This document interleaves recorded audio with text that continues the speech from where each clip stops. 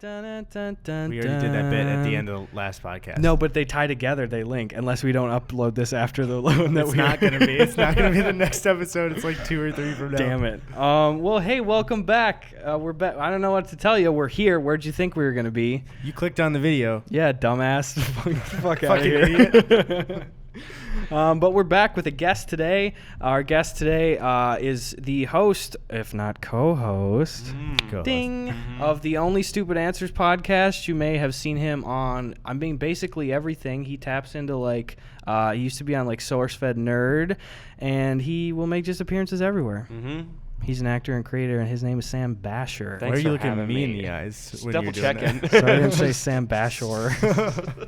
Thanks for being here, Sam. Thanks for having me. This is we got to talking, and I actually checked out the podcast before I came over. Your theme song's primo. That's a good one. Very good. We paid for that. Yeah. That's the only music I've ever paid for. Yeah, we were looking up because we had the intro in mind. And we were looking for songs, and I found that one I think I was looking for TV show themes, and it was on one of those subscription sites, and it was a lot of money for a subscription. I think it was like $400. Mm-hmm. So then Gus was like, hey, look up the artist and see it, and he was selling it for $60. There you go. So, boom. Yeah. Deal breaker. But nobody else used that. Mm-hmm. Okay? It's ours now. We paid $60 for it. Nobody else can use it. I'm gonna actually text you about that later because I kind of want one of those. I'm a big fan of it. That artist had a lot of really good stuff. Dude, they were great. They sounded like full instrumentation. I seriously doubt he did all of that. I'm sure it was just electronic. Not to discredit it, I think he played it all at once. Perfect. Damn it, dude. I knew That's it. super yeah, cool. he's really talented. All the instruments one time? Yeah. That's pretty cool. Do you do where do you get audio and stuff? Do you take because I usually rip music off of YouTube, sort by Creative Commons and shit. Where do you get your stuff? I try to do. There's free EDM, let's get Twitch background music kind of stuff, and I look through that.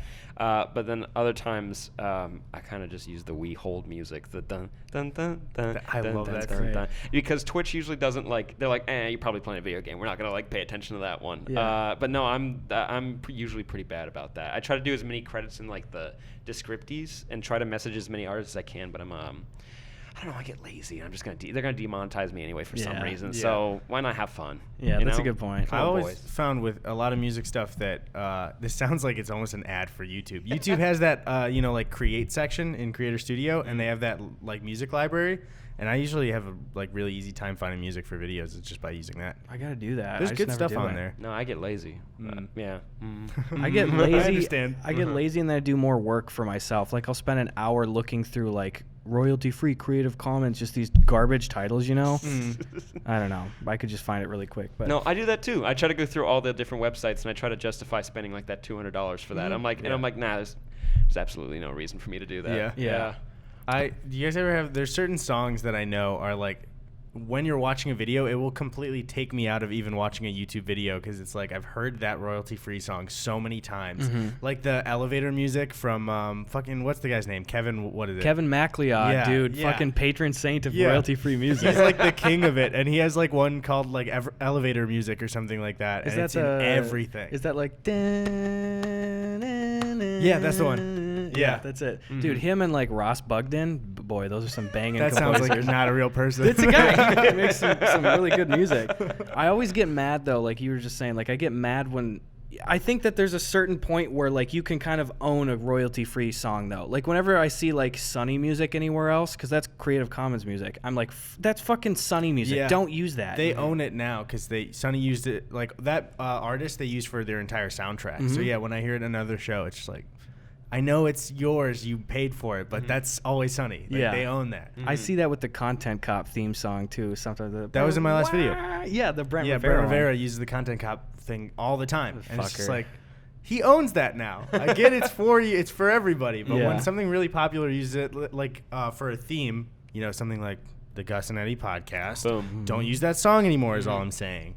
Something to think about. I tied it back there. Mm-hmm. That's a good one. Basically, don't use it or I'm gonna fucking scream. Well, thanks for having me. I wanted to bring you guys a little present. I wanted to bring you Stella because that's all I can stomach because I'm a real sensitive boy. But I stopped off at a liquor store close to here. Instead of being a normal one, it was some kind of LA type one. Mm-hmm. So I think this should just be whiskey, but it looks really fancy. So if you guys want some, I want to see if I can get the sound on the mic. Hell yeah. Let's see. Oh, that was clean. That was clean. I was worried for a second. That was the exact sound that it made when I got my first erection in 6th grade. Came right out, flipped I inside was out. shocked. I was wearing really tight jeans. Dude, we had a kid when I was growing up that literally, I'm not going to name drop him. Oh, thank you. I think that's enough. I'm not really good at measuring out drinks. I'm putting a bookmark on the masturbating in class kid. Dude, I got to be careful. I am not doing this Thank in the you so much, microphone. Sam. You can hear it in the back. That's going to be loud as shit. Yeah, that's one thing is ringing noises seem to, no matter what volume you put it at, when you're playing it back, it always sounds loud. Mm-hmm. Hey, cheers. Here we Cheers. go. So what is the guy's name? Ross Bugden? To Ross Bugden. To Ross Bugden. Fucking legend. No. Wow, it's whiskey. That's very good.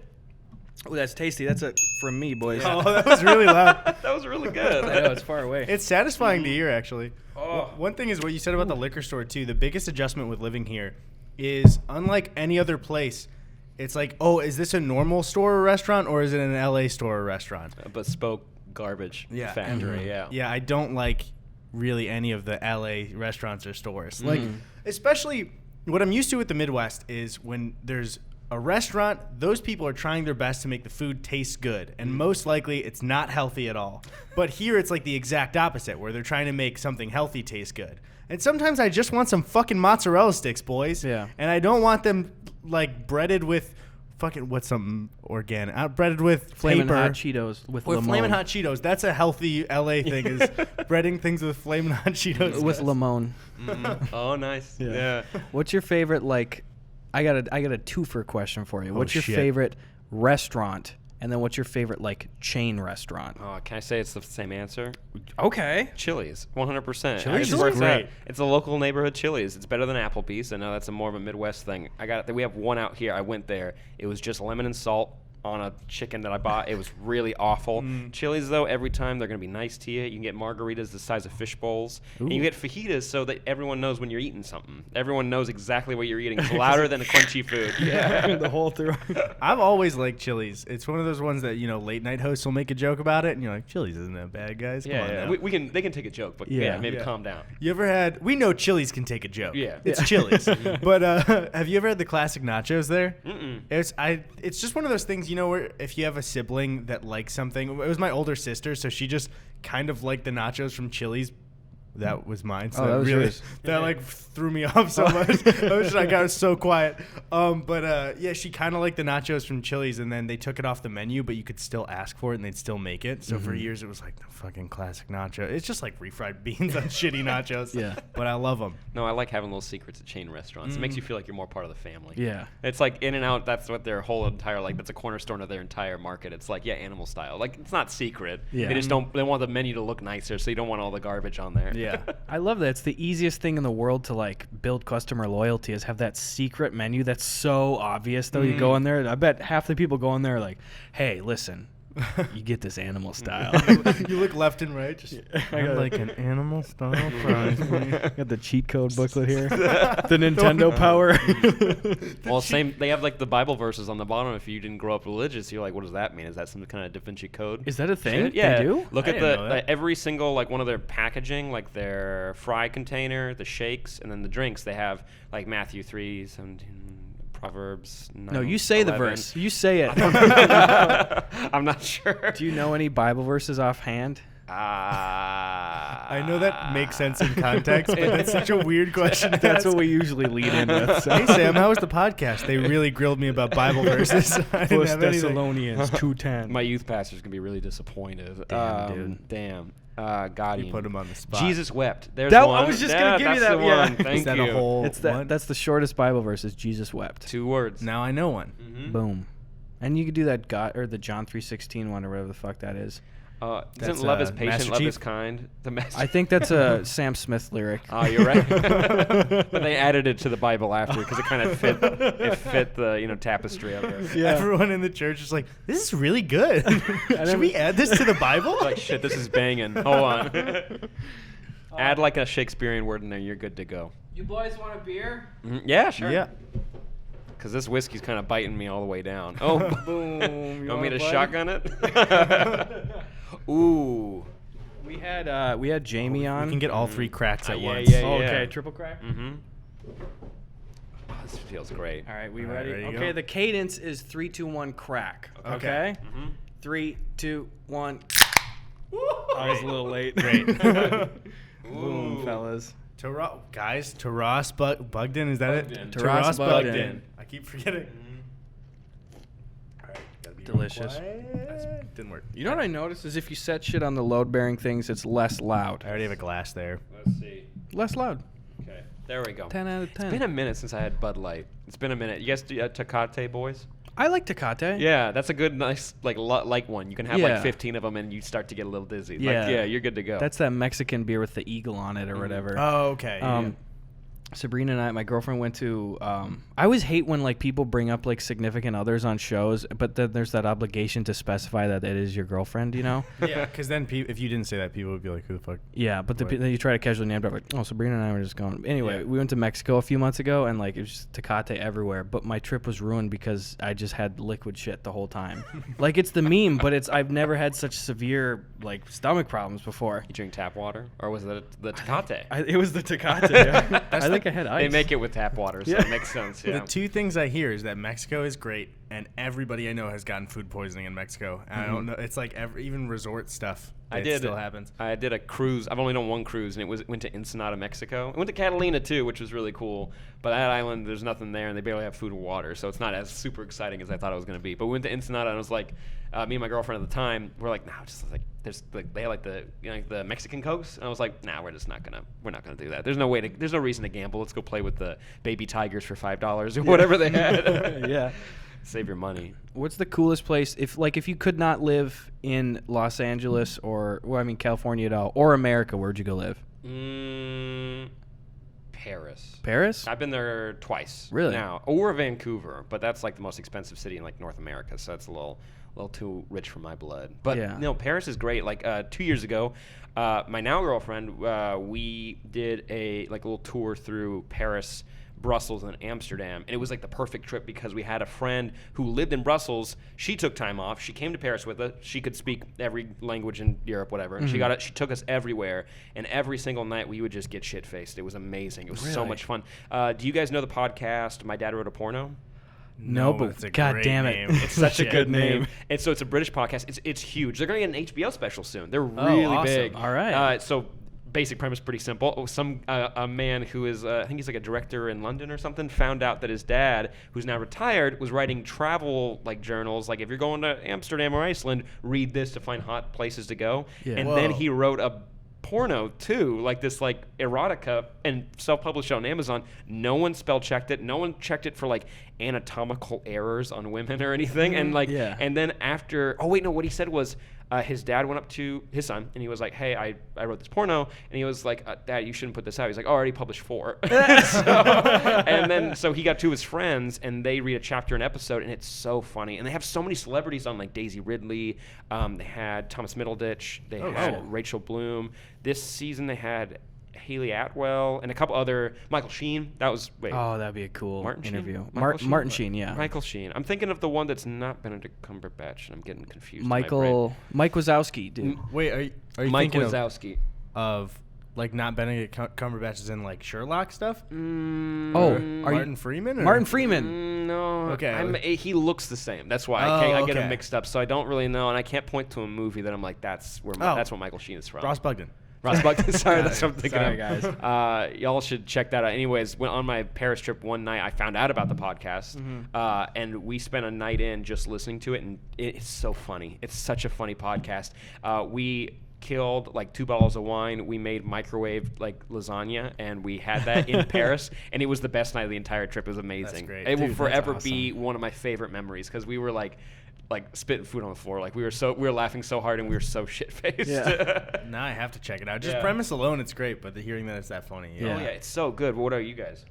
Where'd you go? Lasagna? live, I yeah. thought- I was like, what the- What's your favorite? I don't know. What about you? I haven't traveled enough to. I feel the same way. I've never been to Europe, so I can't. neither. Like that's. I feel like I can't choose where I would want to live if I haven't been to Europe at all. What's the one that seems like the coolest? Which one kind of does it for you? New Zealand would be a cool one. Dude, yep, Yeah, that was going to New be Zealand seems awesome. Also, whenever I think about learning a different language, my brain just like locks down and goes like, no, you don't want to do that.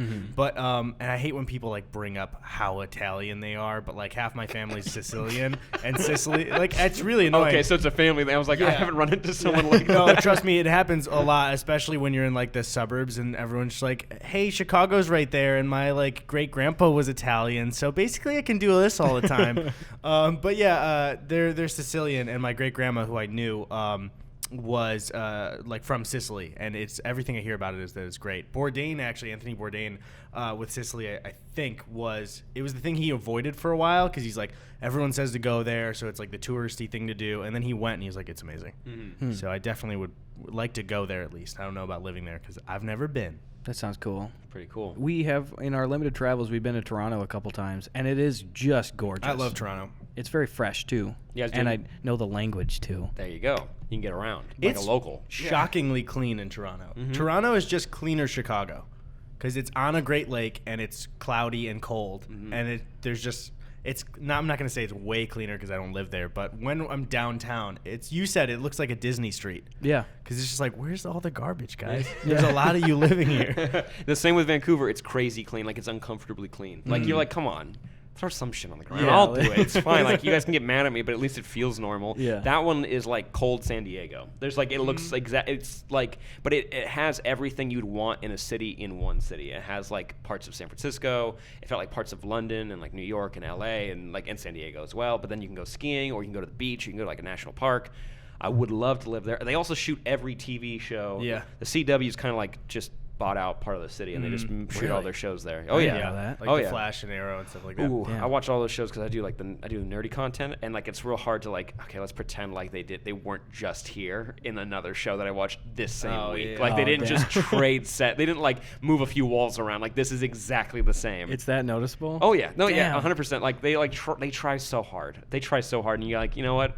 I'm willing to let this one slide, but after 5 seasons, you're like, come on, guys. Yeah. What are you doing? Change it up. I Yeah. felt that way about the Jaws franchise. Like, I saw the first one, I was like, okay, and then I saw the second one, I was like, that's the ocean from the first one. Like, come on, guys. Jesus. Sloppy as shit. And they made 2 more. Pick Come a on. new ocean. Don't pinch pennies. Choose Come a on. fucking lane, boy. That's one thing I hear with the San Diego thing, too. I've never been to San Diego, but that's one of the cities, too, where everyone I hear that goes there says it's like the best city they've ever been to as well. It's awesome. Where, I had one friend who he's in the Navy, and he was there for like a summer, and he's just like absolutely loves it. So yeah, I've never been, but like, what's like the coolest stuff about it then, if you've been there? For San Diego? Yeah. Oh, dude, well, Comic-Con. That's the one. That was always. That's always the last. That's also the like first time I had like a panic attack. Pretty cool story. When you walk into a room where like it's like 200,000 people inside of it, and all of a sudden like temperature goes from like, it's not like getting in a car and it's like, ooh, it's a little warm in here. It's like it's all of a sudden becomes sweaty in a room, and like you can just hear like. And like when you're walking through like a crowd of people and you're like, cool. Just keep your mouth closed. Like, yeah, cool. But no, the city's cool because you got like the gas lamp district. You can go you can go bar hopping, and the beach is right there. And it's like a little bay, and they have aircraft carrier. God bless. You can get on the little aircraft carrier and watch planes take off. That's awesome. I think. I've only seen it from far away. They have pirate ships parked in the bay too, which is pretty cool. Whoa. Oh, You I'm sold me sold. on it Yep. now. There's this pirate ships there and Yeah. Ross Bugden. You didn't say that, but I filled it in my own head. Well, you can hear it in his music. It's kind of like he gets a lot of He inspiration. makes it on the pirate ships in San Diego. I'm really- fucking ship because you can just hear the water. I was wondering, too, because like you ever get like those royalty-free songs and they have the Audio Jungle Yeah. like watermark? I was wondering because I hear Ross Bugden music and I kept hearing Arr! I was like, what's going on here? Jesus Christ. I'm a big fan of Dynamic Banter, the Steve Zaragoza, Yeah, Mike I love Fazon. Dynamic Banter. Eddie showed me that. So I'm a big Yeah. fan of when they go to like a website, they type in whatever kind of music they want, and they kind of just try to turn it down in between those little watermarks that they have in the song. Yeah. I had to ask because like just to make sure. I'm like, you're doing that, right? He's like, oh yeah, 100%. There's a bit Steve did in one of the Dynamic Banter episodes about like telling Mike about how to eat like Pizza Hut pizza and like dipping it in ranch, and it's one of the funniest things I've ever heard. I wish I knew the episode name so I could tell people to go listen to it.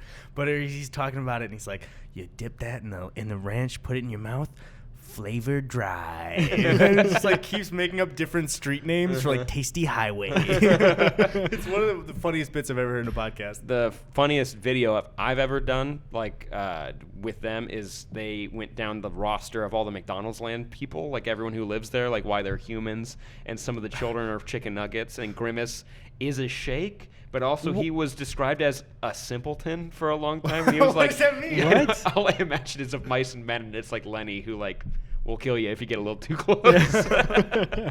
Wait, he's a shake though, like Grape shake. Yeah, he's Wait, hold on. okay, yeah. they don't even make those. Did they ever make those? McDonald's grape shake. And then looking it up. I bet, like, say, like 1960s, 1970s, maybe 80s. I don't know. But on Grimace's Wikipedia, it's like Grimace was last seen at Dodger Stadium in 2012, and no one's seen him since. What? So hopefully he's doing okay. So that was the last time they had a sponsored Grimace mascot show up, and he's just been disappeared. I mean, sorry, the real Grimace was anywhere. I don't know if it was sponsored. That was the last time anybody saw him. He went in. Holy Don't know shit. if he got out of there. He was just trying to enjoy a game. It had nothing to do with work. He was just trying to kick back at the Dodgers game. The one thing I'm seeing here, I googled McDonald's grape shake, and the only result is like there's news stuff, and they said that they sell purple shakes in Japan, but it's not grape, it's potato. Ooh. There's a bunch of weird stuff at McDonald's all over the world. Yeah, I just hate other races and ethnicities. No, it's really cool seeing different regional things though. Like, again, we've been nowhere, but like just going to a place and be like, oh, there's lobster at this McDonald's and shit like that. That's weird. Where'd you guys go that had lobster? There's some lobster in like Montreal. They had some like limited thing or whatever. Went there a couple months ago. Did not get it. I would not eat lobster at McDonald's. McDonald's. See, what you're saying is you hate Montreal and their culture. I do. I don't understand a word they say up there. Dude. It's nuts. I'm just not having it. It's It's a lot of silliness up there. I've never used it. Does that Google translation thing with signs actually work all the time? Do you know what I'm talking about? Where you hold I've it seen up videos of it. Yeah, I just don't know if it actually works. 'Cause It I've does never used okay. It does. That's fine. pretty cool. Yeah. That's just one of those things where I saw it the first time and I was like, this is the future for sure, guys. It doesn't get grammar. It'll just translate it for you. I tried to do it with Korean one time because I was trying to understand what was happening in like an anime or something I found, like a manga, and it didn't really help me out too much. But you guys been there. No. Speaking of anime stuff, I already did a rant about it in the last episode about Kingdom Hearts a little bit, but there's a new Kingdom Hearts trailer, and again, there's no sound effects in the trailer. It's just music and voices. And do you realize, like, think about how awkward it'd be if you were watching a movie and a character was running up to jump kick another character. I know. I watched that before I came Yeah. over. I know what you're talking about. There's- It looks so bad. Yeah, he runs and jumps in the air while yelling at him, but there's no sound effects for the jump, for the running, for any like ambient noise in the background. So it's just like, I'm gonna get you. That stuff's DLC. They didn't even have the kick in there. That's $10 a month. You got to get those sounds. That game's supposed to come out in a couple of months, and there's no sound effects in the trailers. Wait, okay. So did you guys play that game growing up? Yes. Didn't touch it, I I'm grew out. up on Kingdom Hearts 1 and 2. Oh, same. So I have like an amazing memory of like, oh no, dude, it's like the most magical game Yeah. you could ever play. And so they have like the 2.8, 2.7 remix plus 7 other games that you can play, whatever. So I bought one of them. Not even the most recent one. I bought like 3 of them ago. Yeah. So I tried to play Kingdom Hearts 2 again, and man, I've never been more disappointed in Dude, my entire life. it's like so dumb. The gameplay is still great. Great, yeah. But oh my god, it's so bad. It's so it's embarrassing how much I fought for that game. That's Like- what I said in the last episode. It's the most ashamed I am to love something from my childhood. Because of course I pre-ordered the 3rd one. Yeah. I can't help myself. I have to play it. Yeah, no, it's so stupid. It's Yeah. so stupid. To just briefly explain to some people, from my limited knowledge, is in Kingdom Hearts 1, we got simple stuff. Main character fights darkness, and he has friends, and the Disney's there. Game 2, there's fucking time travel. Something just happened above us. Time travel. Fucking yeah, it's the darkness from Kingdom Hearts coming for us. But no, it's like there's a villain who like travels back in time, and there's side games that are necessary to the story that are on the DS, the PSP, which already have lost you because like people had DSs, but one of the essential story games is on the PSP. What? Yeah, and it's like they bounced around from the first main 2 titles, and then they've just been not having the 3rd game for how long has it been? Like 14 years or something like that? Yeah, it's been way longer than I thought. And they've been expanding the story, not the main company that makes it, but they've been like main story stuff, main characters, expanding that lore for like 15 years. And then the guys who originally made it are like, all right, we're going to make the third. What the fuck did you guys do? Yeah. It's so convoluted and insane that if you find YouTubers that love Kingdom Hearts, they have videos going like, yeah, the story is fucking terrible. Like, I don't know what happened. Gameplay's still fun, though, so hopefully the third one's fun. Yeah, no, you want to play with Chica Little and Lilo and Stitch and Tron because they ran out of characters, so they had to start throwing actual human beings in there. And it's so weird when they show up. It makes you feel uncomfortable because they have like Jeff Bridges' face is in the game. Don't like that. The Tron level is awful. It's so, like, the music's terrible. It looks terrible because it's not like Tron Legacy would look cool in a world. No, it's not that one. But it's like classic Tron looking and PS2 graphics and people that clearly don't give a shit about Tron trying to make that style. So just imagine blocks with like neon textures on it. I would get the game if like Jeff Bridges was in the game, but he played one of his grisly old 60+ like Texan sheriff guys that he's only playing these days. True Grit, Hell or High Water. Yeah, dude. Yeah. Or obviously R.I.P.D. That's fucking rookie. Excuse me. I'm so sorry. It slipped by me. Hell or High Water was so good. Oh my God. Thank you. That new Netflix movie is from the director, I didn't know that. Outlaw King. It comes out next week. What's that? What is that? It's about so the director is Scottish, and it's about a Scottish revolution from like the 1600s. There's a question mark. I'm not sure when that is, but it's Chris. Which one is it? Pontius Parnell. No, Pine. Oh, it is Chris Pine. Never mind. Yeah, High Water. Yeah. I'm in your dog. Yeah. It's kind of bizarre to me to even hear you talk about movie news because, Sam, I didn't tell you, but I did watch SourceFed Nerd all the time for news. Nice. So getting it directly to my face now is from a little bit odd. From the source. Sorry, Stop. Go ahead. Stop. Well, if it makes you feel feel any better, I don't know. I have not seen most classic movies, and everyone's always like, "What? You guys see that?" And I'm like, "Yeah, I get it. I'm gonna go watch Good Burger again." Yeah, dude. Good Burger's great. Yeah, Good first Burger Pokemon is movie. really fucking funny. Yeah. I think it's a good point that you make. I think there are rare occasions. It's mostly an asshole thing when people are like, "You haven't seen this movie?" Yeah. Like at most there are like maybe there's a cheat sheet of like 15 titles where you'd be like, "You haven't seen that?" Yeah. Like, "Oh, you never saw a Star Wars movie?" Star Wars ones, that's the weird one where it's That's like the you've big avoided one. Star Wars. Yeah. You've actively avoided it this long. That's the number one franchise I feel like where it's like, "You haven't seen Star Wars?" Yeah. That's the biggest. It's like there's some, like, I didn't watch Jaws until I was in high school because Jaws isn't just one where, when you're growing up, somebody's like, you have to see Jaws. You got to watch it yourself. I've only seen Jaws 2. That's all I've ever seen. Actually, yeah, actually, 100%. I've seen none of the sequels. So you're doing a callback. How is Jaws 2? I've never seen it. Gus, have you seen it? Yeah, it's really inferior. I could tell pretty much off the bat that it's not great, but I had a good time. I was super sick, so I was I was kind of going in and out, but I got the gist. With that, people being a dick about that stuff, Gabriel Gundaker has a great Vine on that where he's like, "You haven't seen Breaking Bad?" "No, I've seen Breaking Bad." Some new guy comes in the room and he's like, "Hey guys, how's it going?" "You haven't seen Breaking Bad?" "No, I've seen it." "Oh, okay." That's a good bit. Oh man, no, those people are cool. Shout out to those people. I'll watch those movies eventually. Don't worry, I'll get there, boys. I've never seen Goodfellas. That's my big one. I haven't seen it either. And the thing is, I've known that I've needed to see it for about 3 years, and I only remember to watch Goodfellas when I'm telling people I haven't seen it. Like, that's because I'm never just like, what movie should I watch? And I should. Now that I'm saying it, I'm going to probably watch it tonight. But, that's one of the ones where, people will talk about it. And in my head, I still really want to watch it. So if spoilers come up, I'm never like, don't spoil Goodfellas, because I deserve it to be spoiled for myself. But I do try and turn my brain off when people talk about it around me because I don't want to hear anything. I haven't seen it either, so we're going down to ship in this one. I hadn't seen The Godfather until a couple of years ago too, which pissed me off because one year my dad listens to the podcast. So, Dad, why did you do this?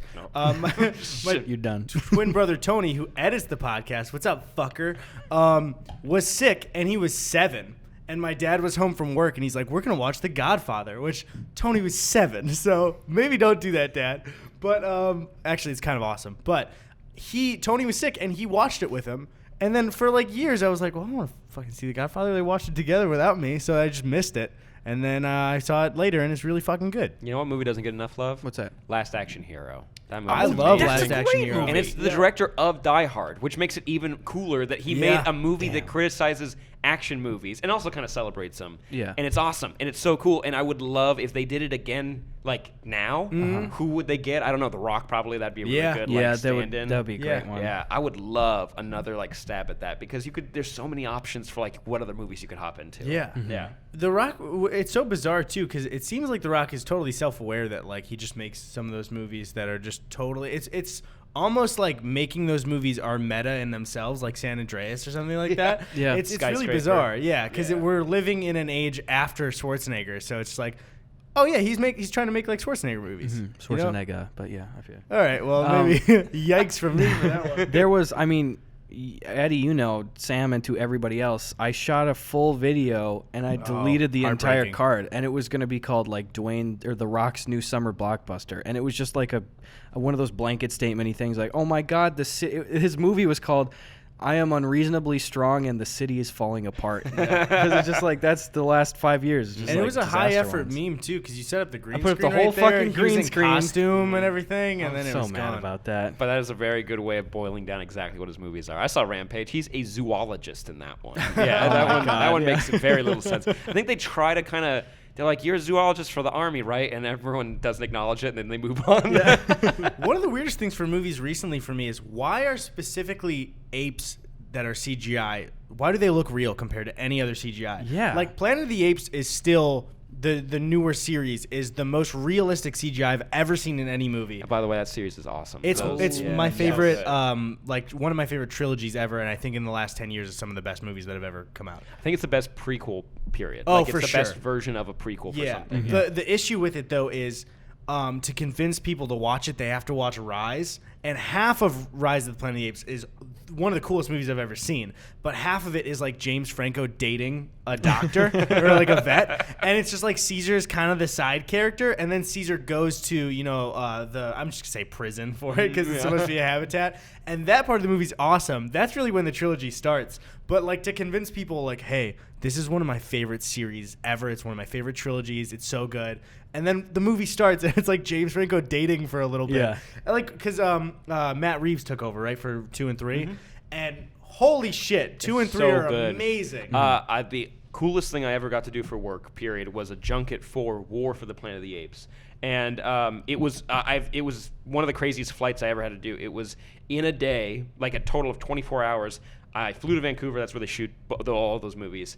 At 8 p.m. they took us to set, and we were there till 4 a.m. because they were filming the escape from the prison camp and at nighttime. Shit. And we got to interview Andy, and he was in like that suit, and it was so cool. And we got to meet. So happy hearing this. And the camp was real. They actually built that camp. It looked super real. But the mountains weren't. It was in like a parking lot and like outside of Vancouver. Yeah. It was the coolest though because Andy came in the suit. And then he brought they have like these crutches that they use to walk like apes. Oh. And they taught this guy, Terry Notary, who he has created how characters move for basically every movie. Like he was Silver Surfer. He is Rocket, the ape Rocket in that movie. Okay. He's Kong in Kong Skull Island. Oh, so dude, he, awesome. And he's, Kong Skull Island is one of my favorite movies recently Fucking too. Go ahead. it's real fun. But no, he showed us how they run in it. Like they made them run up and down hills with the crutches to make it like more convincing when they're like on set. It was so cool. And it was so interesting to hear them all talk. And Andy like actually shook every press person's hand, and he was the very last interview of the night. And then I had to wake up at 8 to get on an airplane and come back, and I was at work the next day. It was I didn't have to, but I was like, I want to get like some of these videos like started. Yeah. But that movie got pushed a whole year for its release. So we did that in December, and we were supposed to put it out in January. Excuse me, bless me. And then we had to wait one whole other December for that to come out. Oh my God. It was super, super disappointing. But we had to wait that long. Also, I looked way different. Like I was like had a personal trainer when I was on the set of that movie, and I looked great. And then I watched it again. I'm like, God damn it. God damn it. I don't want every trilogy to follow the same thing. But I love the structure of those three because it's like introduce the characters, and then it's like small action for the first one. The second one is big action, and then the third one is take the main character, really take the action down and make them go through shit and really like have the character grow more than ever. I love that for certain series. Oh yeah, no, and it has the best villain that has been created. Like I guess Koba was maybe Koba was in the original. I never watched the other. I don't think he was. Yeah, I think the name Caesar is the only thing that kind of carried over from the older ones. Koba is one of the best villains created for something like original IP in any movie in the past, like 10, 15 years. Like he's so compelling because it's so simple to understand what his deal is, and it's like it's totally understandable. He goes crazy, but you get it. Like he was absolutely abused for 20 years, and then he has the ability to fully understand exactly his position in this society, and he doesn't want that again. Like it's so clear, and he's such a great villain, especially because not only is he introduced in the first movie, but after the second movie, he has ripple effects. Yeah, he's in the he kicks first movie. Guy off the bridge. Yeah. They use him, to kind of show like the weird thing, about him being a villain is they use him as a device in the first movie as like, oh yeah, I really do feel for them taking over everybody else because they've really been mistreated. Then he becomes the villain, and then in the third movie, he has lasting, rippling effects of what happened in the second movie on Caesar and what happens with all of them. And kind of the world a little bit. Yeah, because there's serious, in the third movie, there's serious conflict of like apes that supported Koba and then are now against Caesar. And that's fucking awesome. I love this series too much. I was going to make a whole video on it, but then I was scared that people didn't want to see a video essay from me, so I haven't made it yet. Oh, well, I'll watch it. If you want to just put a post on like Instagram or something, I'll watch it. There you go. Make a little Twitter video about it. I'll watch it. TikTok. What's that? What is that? Is that video responses? Is that how it works? Yeah, TikTok is. I think watching it's really compilations bizarre. for hours. That's it. Yeah, it's actually. I do kind of want to talk about TikTok because one, people keep. Specifically, I get it for me because the commentary stuff that I do, like, are asking me to make a TikTok video. I won't, because like everything about TikTok has already been said because it was Musical.ly before, and then they rebranded, and that cringy stuff has already been talked about. But the cool thing about TikTok, and the almost like horrible thing, is that they rebranded and had those reactions, but now like funny people and also people willing to push it too far are also on TikTok. So they took like a community of people who are making kind of cringy lip singing things and then just like took a bunch of internet bullies and mashed them together. It's such a fucking bizarre thing right now. That's like putting like some fucking 10-time serial killer into general population. No, honestly, yeah, it's so bizarre. Because it's like they're like, okay, we're successful with Musical.ly, let's rebrand. But even the idea of having reactions for kids who are making just lip singing videos, like, not a good idea. No. Either way, because it's going to be bad no matter what. But I like that TikTok got like self-aware because there were some memes where a girl would pretend to get tugged from the other screen, and then she would like go to that end of the screen and pretend to make out with it, hoping that somebody would make out. But then it got to be people were taking those videos and pretending to like punch the guy or girl, and then it got so self-aware that people were pretending to be that one that got tugged, but when they went in for the kiss, they would fight, and then the person would fight them in the reaction. So it's just two like high school guys pretending to box the shit out of each other when they're in two different bedrooms across the country. Like, that's so bizarre.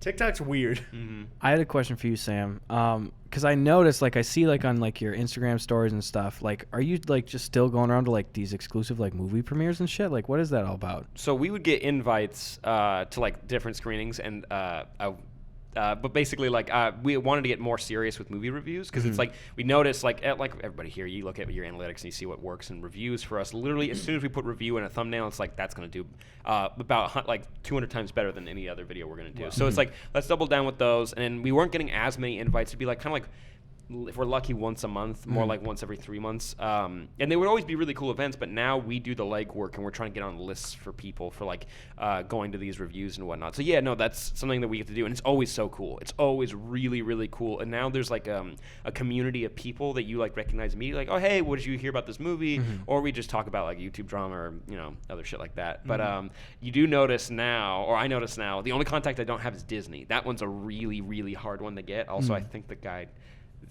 does see my emails and he just ignores them, and I'm like, oh, close, I'll get there. Yeah. But I do notice that movie companies are way more willing to send you to a film that's not going to do very well. They're like, oh, you want to go? For sure. And it's the only time I ever go to press screenings where the theater's kind of empty, and it's like, oh, this is cool, awesome, thanks for that one. What did I see? There was one that was Predators, the new one that came out. Did you guys see that movie? No, I didn't. And the weird thing about Predators was like, I feel like it just wasn't anywhere talked about. Like it just kind of came out and was gone. Yeah, no, I mean, I was kind of getting a little bit of momentum, and then all the director stuff came out, and like how do you remember like that kind of stuff? It's, Shane Black. Yeah. So basically, he had hired someone who was like a sex offender, and he didn't tell anyone on purpose. Like he didn't tell the studio or anything like that, and then they didn't find out. Like the whole cast found out at the same time on the press tour for the movie. Yeah, I remember like Olivia Munn coming out about it or something like that. Because she's the only one who had to do a scene with him, and now she felt specifically like weirded out that like, why did you make me,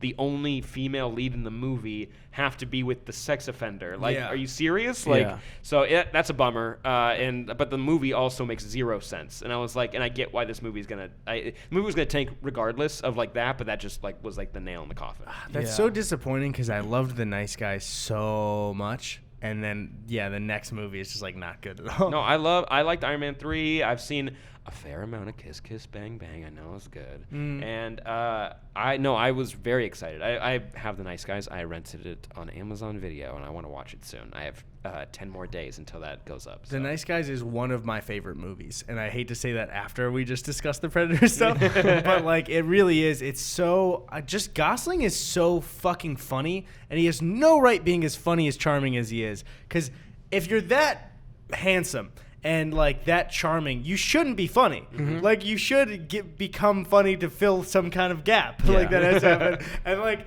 he's just fucking hilarious. Have you ever seen? It's weird that it's the same like name, but the Knife Guys bit that they've done on Kimmel with Will Ferrell. It's so funny. It's just the basic bit is that Will Ferrell and Gosling pretend to run a knife-selling like show called The Knife Guys, and there was some kind of scheduling conflict with Kimmel where they should be on, but it's when he moved. It's just you gotta look it up. It's so funny because it's Will Ferrell and Gosling. And it's just like it's really hilarious. What was other good Ryan Gosling bits are the what was it? The Papyrus sketch from SNL. One of my favorite sketches. So fun. In the last 10 years. I had not watched it, but I'd always in my brain be like, yeah, that's funny. But I didn't remember ever watching it. I watched it recently. I'm like, it holds up. Yeah. I'm gonna keep smacking the mic. Same spot. My favorite moment in that sketch is when he finally sees Kyle Mooney, who's supposed to be the guy that made it. And he's just like, I know what you did. Yeah. I'm just looking at Predator here, and just because I'm curious, it didn't even double its its budget, So $88 million budget, $160 million at the box office. So that lost a ton of money then for the studio. Wasn't there another Predator reboot like maybe 8 years ago? Just wasn't it called Predators? Yeah, it was called Predators. What's his name? Is it Adrian Brody? Yeah. I never saw it. It's great. Really? It's really good. It's so weird though seeing him because he really bulked up. Like he really wanted. It seems I can't like even imagine what he would look like bulked it's up. really weird. It's like you took the doll's head from another action figure and put it on like a G.I. Joe. It's really uncomfortable to look at sometimes. You're like, you had to do steroids. There's no way you didn't do them. Like, but the movie's really good because it's prisoners that all around the world, they get abducted and they don't know what happened. They just wake up mid free fall from space, and they come to their chutes pole, and they're all different types of criminals, and then like they all have to kind of band together while a group of predators go after them. That's really cool. And the cinematography is really creative, and the entire story is really cool. It's like a planet that's just meant for hunting anything, and so they just throw things there. Like they run into. Lawrence Fishburne plays a role of another person who happened to survive like 4 rounds ago, and so he's just there by himself, and he's like full crazy. I have to see this now. It's really awesome. cool. Yeah. Topher Grace is in it, and he plays one. You're trying to figure out what his whole deal is, and then once you do, you're like, oh, this is so stupid, but we're gonna go ahead and we're gonna ignore this. I hate those in movies you like where you're like, this I can't.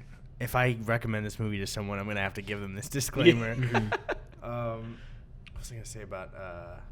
Predators? I don't remember, so move on from what I was saying. Well, I was just going to ask you, because you're such a fucking huge movie guy, what are your 3 favorite movies of all time? Do you know? Yeah, I have probably. I can. Probably. This is like a tentative answer. Okay. First Die Hard. And this is not in order. It's just, first Die Hard, because that's my family's Christmas movie. I watched that way too young, but I love it. Like and the scene that will always be in my head is the I haven't seen it. No way. Yep, haven't seen it. All right, Really? I'm not going to do what I said I hate earlier. Okay, because but I was going to say I don't want to yeah. have it spoiled. I haven't seen okay. it. Yeah. Well, there's a final shot with the cop, and it's like my favorite. It's one of my favorite shots in any movie. So watch it. It's a great one. You'll have a good time. And it's also my favorite comedy Bruce Willis. Like funny Bruce Willis is always a good one. Which apparently he meant to be a comedy actor, and then Die Hard turned him into an action star. So Really? yeah. So his entire career pivoted for good reason. But that movie, I'd say Captain America, Winter Soldier / Civil War, because I got to go. I worked with someone who did press for Australian outlets, so like Australian like TV networks. So she got to do red carpet, and she was like, "Hey, do you want to come and do like I don't know social or something?" I'm like, yeah, I do want to go. So we got to go to the world premiere at the Dolby where they do the Oscars, and I was like, "Oh my god, this is so cool!" Holy shit, yeah. And we got to meet like Luke Cage and like all these actors from I only met the smaller actors in the movie and then the TV actors, which is not nothing. I still had a great time. Yeah. But then we got to sit and watch that movie on the big screen, like in Wait, that Civil War or Winter Soldier? Civil War, Okay, Civil yeah. War, and that's Which why is really Avengers 2. Yeah. Civil War is the real Avengers 2. it's like But 2.5. Yeah, What was yeah. that Lion King like 2.3 or whatever they did? 1.5 or whatever. I think it was. It's like that. But it was so much fun. I have it's only a few times where I've been in a theater with like that's kind of like press a little bit and also celebrities. I've never heard a group of people like that cheer as loud as like when do you guys see it? Please spoil it. I'm not a big Marvel guy. Oh, all right. Well, there's a moment where they reveal that Ant-Man can also become Giant Man, and he hasn't said anything about it. And that moment, there were like gasps and people like freaking out in the theater, which I was like, I can't believe they saved that for this movie. This was so much fun. It was such a fun moment where the audience was just exploding. And it's the first time Spider-Man shows up. So as soon as he does, when Queen, like a giant text thing that says Queens pops up, everyone immediately knows what that means. And so that whole scene, people just weren't shutting up. They were just cheering and hooting and hollering the entire time. I'd say that that's kind of like that's like splitting it. And then One thing I'll say really quick while you're thinking about that is just, Gus, for you, someone who is not Marvel stuff, and we talked last episode about maybe you getting into it. Civil War is one that's crazy because you've spent like so long with certain characters, and there's just very rewarding emotional moments that entire movie. Where it's just the Civil War is one of the most rewarding as a Marvel fan like movies to watch ever because it's just like really it just pays off. So start watching them. But what's the third one? Okay, so I think I got an idea. So every year for the past like 4 years, I go to Fantastic Fest with a bunch of friends. It's a genre film festival in Austin, Texas, and it's so much fun. Is that the one where people box at it? Yeah, Okay. It's so cool. They have these things called the Fantastic Debates where anybody can go into the ring. They like plan it ahead of time, and they can talk. They can debate anything. It'd be like, what's the best like Aaron Sorkin movie, and then someone will take one movie, another person will take another movie, or it's like, are superhero movies ruining Hollywood? Or it's like, which is better, Creed the movie or Creed the band? Creed the band won. But Really? Yeah, What? Because it's audience chooses, so it's like it's all about people being like, jackass. They're annoying, and it's great. And it's not like a pretentious film festival. It's people like getting drunk and having fun and eating barbecue. Yeah. So there's 2 rounds of debate. And everyone's points make zero sense. Like they don't really try. And then there's 2 rounds of boxing, and so that decides who wins or not. I got to be a ring person for somebody who was voting or debating for superhero movies that are good for Hollywood, and like I got to like give them water and like help them put their gloves on and everything. It was so cool. But I got to see one year Green Room and The Witch, and that was the first time I understood like. It became like a new tradition for me. So those movies are tied. If I had to pick, I'd say Green Room. That's like my third. You guys ever heard of it? I have heard of it. That's the Patrick Stewart one, right? Yeah. I have Oh not my seen Is it. The Witch that one horror movie that's like really? Yes. Am I wrong? Okay. Yeah. Yeah. And in like is that kind of like old timey? Yeah. Yeah, I like remember colonial. The Witch coming out, but I heard great things about it, but I never saw it. Well, what bummed me out was I saw it and I didn't know. What's cool about the film festival is you actually don't know anything about the movies going into them. So like you'll read a synopsis and you'll forget what it meant, and when you sit down and they'll have like an intro from somebody who works at the festival, and they'll kind of try to describe it to you to give you like a sense of what's going to happen. And I totally forgot everything about Green Room. We sat down, we had such an amazing time, but with The Witch, they it was just an amazing experience. But when I saw the trailer, I totally forgot where I was talking in the middle of the sentence, so I just had to be vamping until I got back to it. They made the movie look like a jump scare horror movie, and it's not. It's fully psychological, and it's more about this family turning on each other in a time where like they're actually isolated. There's no way any of them can go get help, and everything affecting them is so far ahead of like or above what they could ever comprehend. So there's nothing they can do. Yeah. And it also, it's the way the director was there and he was talking about it, that like he studied for like a year folklore from like people who moved over here and actually believed like witches. Like they believed that this is what would happen. So the world of that works the way that they think the world would have worked if witches were real. Like if that happens. So that way, when you're thinking about this, like this is their like werewolf or Bigfoot or whatever, like this is, but like if we actually like more people like fully believe like that was a real threat out there, and like so when you watch it, you realize how much care they put into it. Also, you got to watch that movie with subtitles because they're a little too period accurate, and it's really hard to figure out what they're saying. Shoot. Yeah. Damn it, I have so many fucking movie questions for you. But anyway. While you keep going, I was just going to say, I have to pee, but keep going. Oh, okay. Oh, cool. Yeah. Have fun. Okay, thank God, dude. Finally. Finally, we can open up. That made me feel a little weird about that reaction. Okay. He'll be gone soon. We'll just joke. We'll fill it up. Yeah. It'll be good. I was going to say, so I'll save that because I was just going to give my top 3 answers and I was going to ask Eddie's too. I know Eddie's not a huge horror guy, so he may not have the answer for this, but what is a horror movie that you have felt the most scared of? Like, what's the scariest for you horror movie? I think it's. I'm trying to think. It was probably like a festival movie we saw. Yeah. I'm trying to think. I really like blockbuster horror movies. I know people like to poo-poo them because Dude, like we're in such a horror renaissance right now. The last like even 5-6 years or so, like oh my God. I'm trying to figure out one that like really shakes me to my core because there's plenty where I'm like. I feel okay. This year I'll go with that. Hereditary, and I feel like that's a horror movie. I haven't seen it. That's the one big one that I haven't seen this year. Like for like the stuff that I would love. You're missing out. But also, I felt physically ill after. Like I took my girlfriend, and after we were like we were gonna go to like this game bar. We can get like drinks and play board games and stuff. It was gonna be really fun. We're like. Kind of want to go home and watch cartoons. Like we went back and watched Bob's Burgers because we felt like physically like we're gonna drink a lot of like we drink like a lot of water to make us feel a little bit better. We watched that. We watched like maybe an hour of that to really like get it out of our system because that was like the last movie that like I think it's the only movie that's actually made me feel ill, like physically ill, like sick to my stomach. What about you? Well, bless you. Well, first of all, thank you. I was burping. I'm like a fucking smoke over here with my burps. I had Indian food for lunch. No, I was gonna say that you answered a question that I was gonna ask you right after though. Like I was gonna ask you like, is there a movie that made you feel like just uncomfortable and ill? And for me, did you ever see It Comes at Night?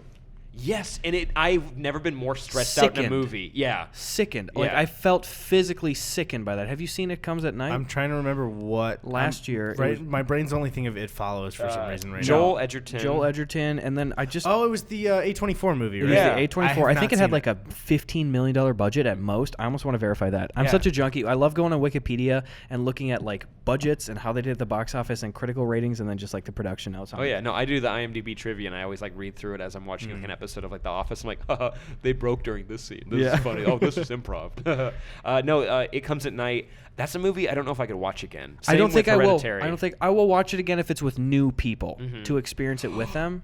I thought of the movie that's so frightening that I felt sick. It was this year at Fantastic Fest. It was called Violence Voyager. It's so weird to describe because it kind of feels like a fever dream that you have to retell someone and like the pieces don't make any sense. Yeah. So it's animated, but it's more like it's painted.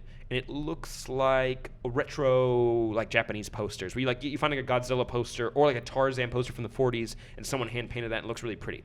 So the whole movie's like that, but the people are cut out and they're on like popsicle sticks and they move them around the screen and they move them like it's like a stationary shot like with a DSLR and they like move them closer to like blur them out and everything. So it's weird. But before the movie started, someone prefaced it saying all the liquids are real, and you're like, what does that mean? And so every time a character vomits, they like cut a little hole in the mouth and they shoot like stuff out. It gets so gross so quick because it's about kids who get trapped in like a homemade amusement park. Already super confusing. Yeah. Because you're like, what does that mean? I can't describe it more because you have to see it. And they get trapped and they get like melted down, and you watch them get melted. It's really violent. And they get fed to this kid who got turned into a robot that can only eat more melted kids. The more I describe it, the more confusing it gets. It's like 3 hours long, and like we couldn't leave. But at a certain point, That's a little fucking side note. we would just had to stay. And the more it went on, I was like, I can't let this can't keep happening. Like more kids were melting, and more people were dying, and like they kept showing, like they kept animating like naked kids, and you're like, what am I looking at? And by the end of the movie, one of the kids, like one of these kids who gets trapped, gets turned into like a monster, and all of a sudden there's a narration that comes out of nowhere. It's so funny though. This guy is like, I'll be honest with you, Bobby is not looking too good. Like his life's pretty much over. But you know what, Bobby? Hang in there. And it ends with him with his arm up in the air, and then it cuts to credits, and you're like, wait, hold on. His whole family's been melted down. Every kid in this town's dead, and like you're like, this kid's going to starve to death. Yeah. But anyways, 3 hours in, it's one of the most disturbing movies that no one will ever see because it's so weird. Oh my God! Yeah. Look it up later. I know it's a lot, but it's one's gonna change your life. I would just like to add a quick side note. I don't know. I don't believe because it's such a subtle thing. I have been winking at the camera once every podcast, and I just want to say for the record, Tony, if you put this in, I coincidentally and accidentally winked maybe 3 seconds before he said animated naked kids. I would just like to maybe excise that from the record. Tony, be sure to edit out what Gus just said and keep it the original. Fuck, I didn't know. You hit me with a curveball there. Dude, that's gotta stay in. That's gotta stay in. God damn it. You've been winking every podcast? Just one. I don't hiding just it in one, there. Just one little bing, just intermittently. I didn't know I typically do it when I'm like, okay, I probably don't have something to say here. I'll just throw a wink in there. All right, so now everyone's going to know when you wink, you don't have anything to say. They got to count them up. But what you wanted to say, what were your three favorite movies? So, well, first to just answer the horror-specific one, the scariest movie for me that I ever saw was The Babadook. Did you see that one? I did. It's another movie I watched with a fever, so when I was watching it, I'm like, I don't think I'm following what's happening. The thing is, I shouldn't feel this way, but I've watched it with other people, and I think I have a problem with overbilling movies. Like I use superlatives when I pitch them to people. You know, I go like, dude, this is the greatest like action movie I've ever seen, or like this is the scariest movie I've ever seen. So then it's like, yeah, well, they go into it and they're like, oh, well, impress me, the scariest movie I've ever seen. I watched The Babadook, and I've never had like. I watched it when I was in college, so I was like a fully fledged adult. I already watched horror forever. And I was so old enough to know better with stuff, but for at least a week after I watched it, I could not go to bed. I was in a shared dorm room going to sleep. I had to like check the closets, and I couldn't go to sleep without the lights on. Honestly, it bothered me that much.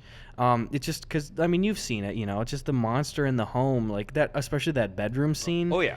And I don't know. Everything about it, the sound, the imagery was so fucking perfect. And it just scared the absolute shit out of me. But, like, I show it to other people, and people either are, like, right there with me, like, oh, my God, that was the most fucking terrifying movie I've ever seen. Or they're like, that was stupid. Yeah, no, I did that with It Follows, because when I first saw it, I was like, wow, this is so inventive. Yeah. And then I really hyped it up with one of my friends, and we watched it, and he was just kind of like, he wasn't ruining the movie for me, but he was kind of like subtly pointing out like, wait, what does this mean? And all of a sudden I realized all the flaws that like a lot of the logic of the movie doesn't actually line up. And you're like, oh, that sucks, because it seems really tight knit, and it's really, and like the scares when they happen feel really smart, and they still are, but the movie starts to make a lot less sense when you someone's coming at it with that kind of knowledge. Yeah, that's true. It's always weird with time with movies. Even I think it's almost unfair, but it works as well with review stuff, where sometimes I'll see a movie and love it when I saw it, and then like the next day I'll be like, that was pretty good. The thing is, I still love the movie, but I really liked The Incredibles 2 when we saw it together. I love that movie. Yeah, I love The Incredibles 2, but the longer I've gone without seeing it, the last 10 minutes of that movie are way too fast. Oh, it's yeah. Like the boat stops and they're like, all right, we're done, guys. And then the credits roll. And you're like, wait, guys, this is an animated movie. Like, you had so long to finish this one out. Because The Incredibles 2 is so funny and so great, and it builds on the first one so well. But yeah, the last 10 minutes of that movie feel like they were like thrown together. And it's so weird to me that the more time, that happens all the time with movies with me, where I'll love it in theater, and then like as more time goes by, I'll kind of start analyzing it more and more. Where even if I rewatch it in the moment, I'll enjoy it more. I think that has one of my favorite jokes of the year. It's not like a joke. It's the scene in the restaurant where the dad's trying to take his daughter to where to her crush's website restaurant, and she like shoots the water out of her nose, because I had a beer before going in, so like a lot of stuff was like I wasn't like following what was happening exactly, so I was distracted enough that I didn't realize that he was at the table already. So when she shoots water out of her nose, I couldn't stop laughing for like a long time. I thought about walking out of the theater just to like collect myself and then coming back in because it was probably obnoxious how hard I was laughing at that scene. That's a great scene to laugh at too, because after she does it, the scene is so chaotic. Yeah. Of like her trying to explain it and him trying to like pitch his daughter to the guy like while it's happening too. So that's like a perfect one to keep laughing at in that moment, because like she's red faced and he's like, yeah, she's really smart and great. I love his breakdown when like he's like he's like strung out, like he's tired, and the kids like are asking like what's wrong, and he snaps, but he's not mad at anybody. He's just like tired, and he's like, I'm formulating, like you got like there's a lot of stuff flying at me, and I'm trying to process it, and I'm just trying to regurgitate it out, but there's still stuff coming, and like he's just fully explaining what it's like to be like a single parent for a second, and it's like I really like it. Like this feels exactly what the director felt, and he's like, this is how we're gonna capture it, this is how you're gonna say it, and obviously Craig D. Nelson's a father too, so he already knew like this is what we're gonna do. And I'm like, I love how pure and true that scene was. That's one thing that Pixar nails more than anyone, is just like these true scenes. I think I even talked about it on the podcast. I don't get how Coco has such like a powerful way to make anybody tear up. Oh my God. Like, that movie destroyed me. It's because Coco is so honest at the end. Because everybody who gets to the end of Coco has to face the fact that they're going to get old and die. Oh, yeah. And it's like, that's the most honest I've ever seen a kid's movie be. It's just like, hey, you are going to be this one day. And it's sad, but also it's kind of happy at the same time. And it's like, you can't not cry at that. No, the harder lesson is when the people in the dead place disappear when you're forgotten, and you're like, whoa, that's even harder to like think about, because at a point everyone that knows you is gonna not know you anymore, and people are gonna stop talking about you. And it's even like, no matter how famous you are, at one point it's just all over, man. Like you're gone. I think the record holder is probably Jesus, and that's it. Nah, he's got the belt for that one. Maybe somebody anywhere near Jesus that is still remembered, like could still make it in the Coco world. People in the Coco world would be so fucking mad at Jesus, where they'd be like, "He's still fucking here? How many people have second died, and he's still just hanging around, so prominent, like number one." And also, like the ones that were forgotten kind of like fell apart. They kind of dissolved. So Jesus is looking great. Like he's fine. He's looking perfect. Better than people who just died. Yeah. I was just curious. I was looking up the Incredibles box office rating. First of all, it has a 94 on Rotten Tomatoes. It got a lot. It made a lot of money. My God, easily. I think it's on the top 10 highest-grossing movies of all time, and it might still be in select theaters. I think it's the highest-grossing animated, right? 1.4 billion, 1.3 billion. That was a fucking fantastic guess, because it was 1.282 billion. Ooh. Oh shit! Round it up. Sam's right. All right, everybody, buckle down. I'm gonna type a lot of shit right now. Oh no! Whoa. I'm so sorry. Be careful. All right, we're good. I just saw something as well too. Did you actually type something? Yeah, I did. I had to type in list of highest grossing films. Really quick though, I'm seeing something on the counter that you wanted to mention on the podcast that you specifically ordered. Dude, there's so much stuff going on. Dude, Sam, just honestly, this is one of my favorite podcasts. There's so much shit going on. I'll be right back. Okay. Also, I think I know what it is, because I see something that looks really cool. Yeah. I saw the ad on Instagram as well. I wanted to touch it when I walked in here, when I moved in. Sam lives with us now. You boys see the Instagram ad for this? Okay, I feel like a piece of shit now, because twice now I've buckled to the weight of the targeted ads on Instagram, and I've bought cool shit. Fidget cubes. Before they blew up, there was like an ad. They're like, it was one of those innovation Instagrams where it's like, look at this invention. It will cure every ailment. Like, it will make you so smart. And so I bought one. I'm like, oh, this is garbage. Yeah. I didn't buy it directly. I didn't click the link of an Instagram ad, but I had an Adidas Instagram ad for those sneakers right there. And I was like, I need to buy those. I love those so much. Dude, so yeah, the Instagram specifically are such great targeted good. ads. I almost bought something recently. It was I was really drunk, and I was scrolling through Instagram, and it was like a PlayStation logo crew neck sweatshirt, which is like my shit. I buy so many of these. Yeah, and it was the logo, but like the print of the logo, you know when there's a logo and it seems like there's a picture behind it? Mm-hmm. It was like a bright pink and bright blue like sky with flowers on it. Nice. And the PlayStation logo. And I almost bought it because it was like, I think it was like $34, but then the shipping made it like $45, and I was like, okay, I'm drunk. Do I want to spend $45 on what could potentially be a shitty print that I'm going to get delivered to me? Yeah. So I didn't do it. And I honestly, it might even be more worth it to like go on one of the websites and make it myself rather than buying it off them. But yeah, go ahead back to that. Yeah, first of all, that's what I did. That road children's road carpet sweatshirt that I had. Yeah. It was an Instagram ad. Great buy. You know, wait, I know exactly. Yeah. Well, you have a sweatshirt with that on? The whole It thing looks is a great. print of that. Nice. Does it feel like the carpet, or is it like a nice sweatshirt? No, it's a nice. I can tell that it's on the.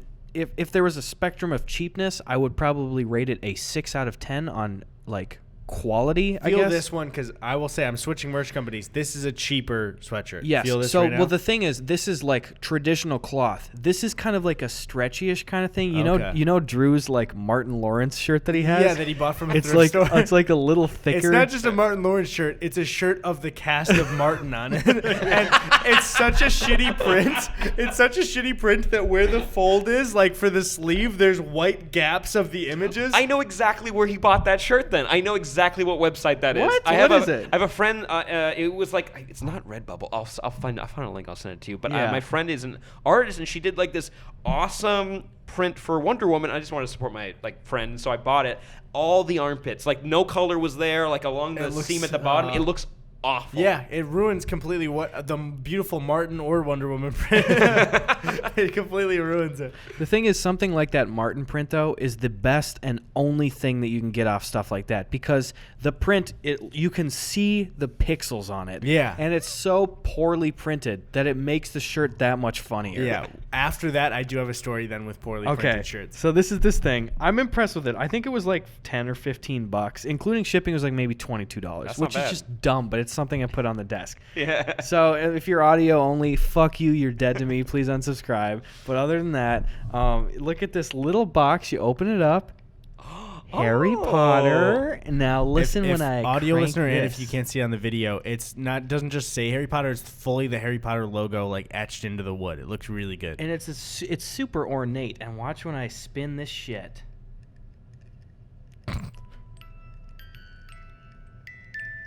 Put it a little closer to the mic. Super cool. That's the Harry Love Potter it. song. How much did that cost? I think including shipping was $22. That's not bad, honestly, for something as cool as that. What's it look like on the inside? It's just you just see Oh, the it's a little music spinny box. thing, yeah. It's just that's it. Watch us get copyright strike for the music box. I'm glad that my sister doesn't listen to the podcast because I'm gonna get that for it for Christmas. Good. Nobody tell my sister if you know her and you listen to this. Wait, is that printed on, or is it like you can feel? Ooh. I don't know. I didn't really feel it yet. yeah, let me see It real feels quick. like maybe laser engraved or something. That's but can you super do that cool. on wood, or does Yeah, it catch no, on you can. fucking There was fire? a girl. There was a girl in my elementary school who her dad did that like for a living. So she got she wasn't in my class. She was in Tony's class. She got everybody's name like laser printed into wood and gave it to everybody, which That's is awesome. like the coolest shit. But one thing about printing shirts and like shitty. Was that?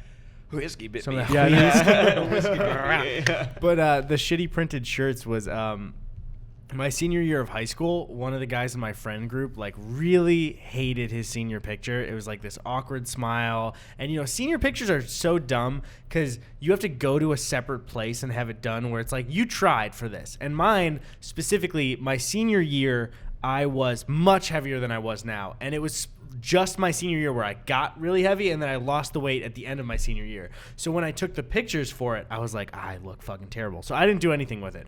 But my friend like put it on Facebook or something like that, but he still hated it, and I think his mom posted it or something. So for his birthday, which it's my friend Brandon who's going to the cabin, we're gonna celebrate his birthday too. I will wear this shirt.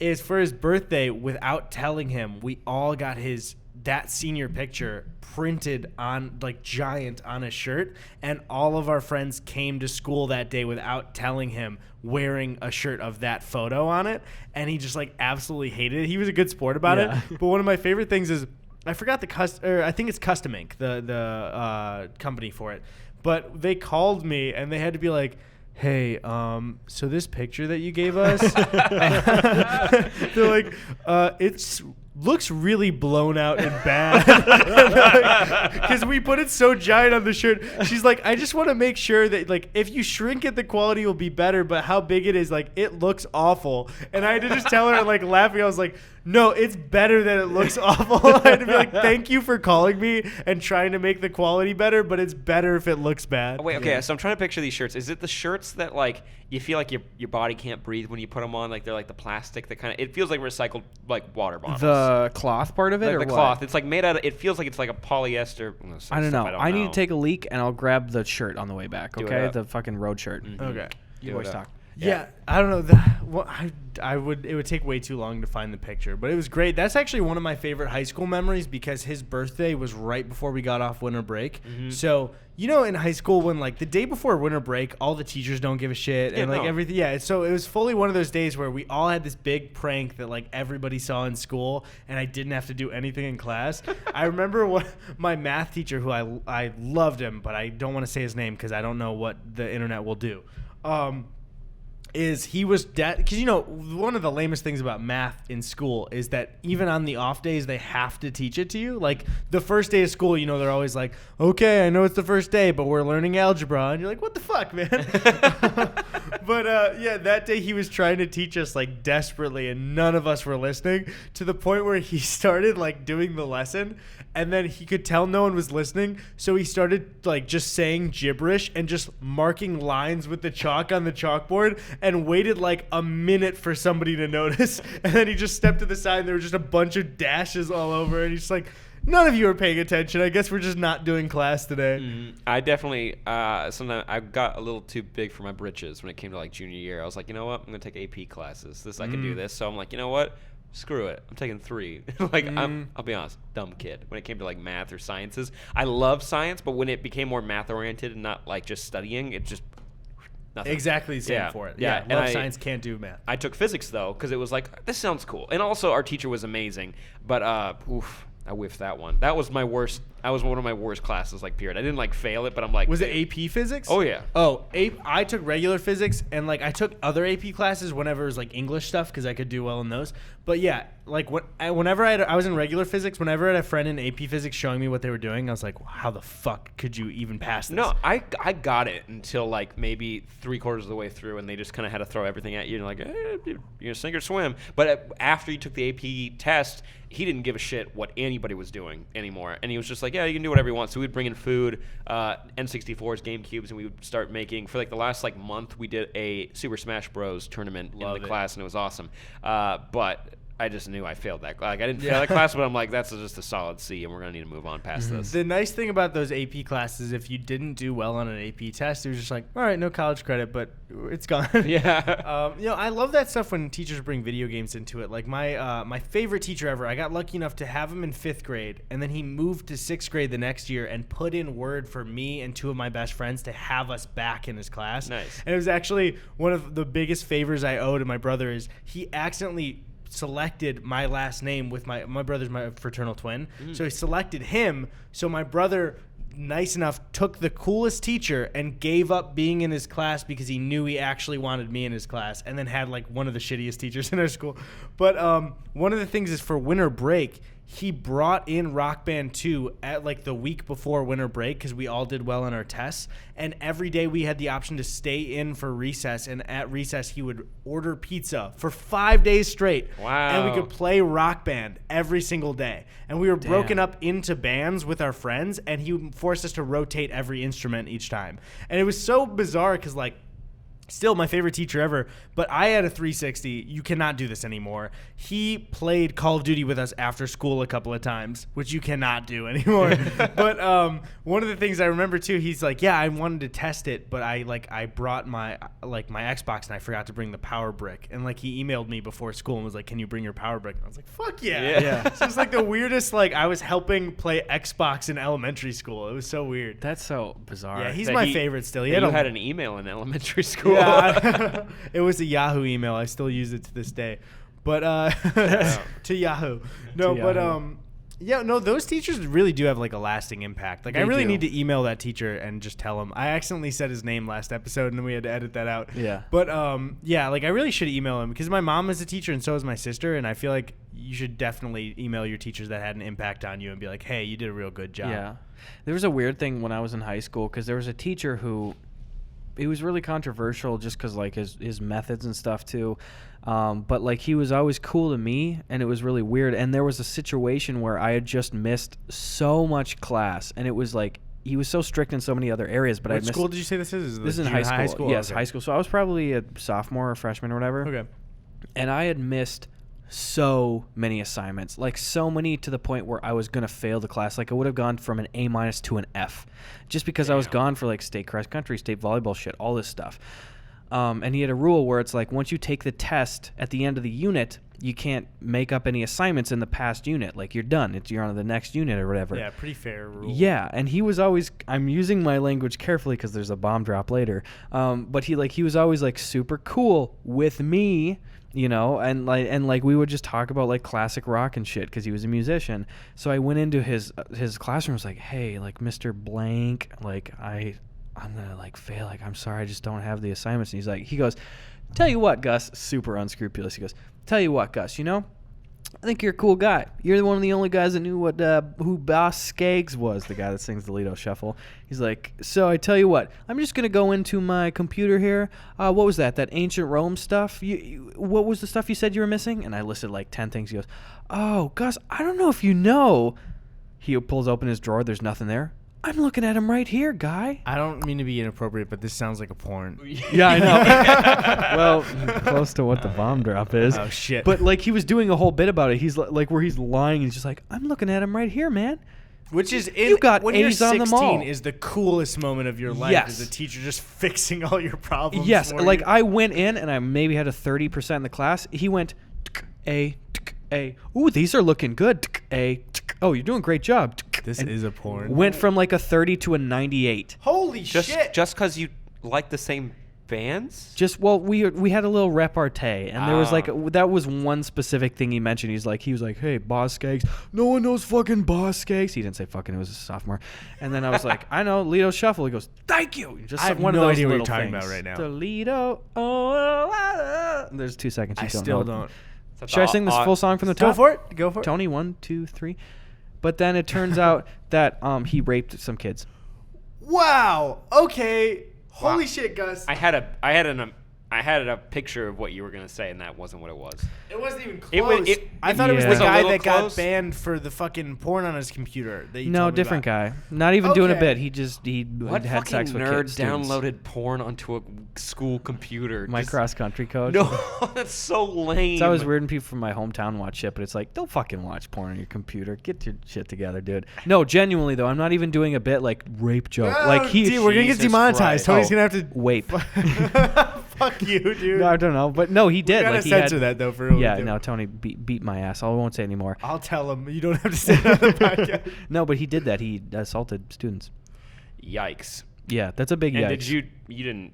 That's Well, it was yeah. so weird because I was in the position where I was fully had no idea that anything was going on. I mean, most people didn't. And I got called to the office to like not testify like a court thing, but just like kind of vouch for his character.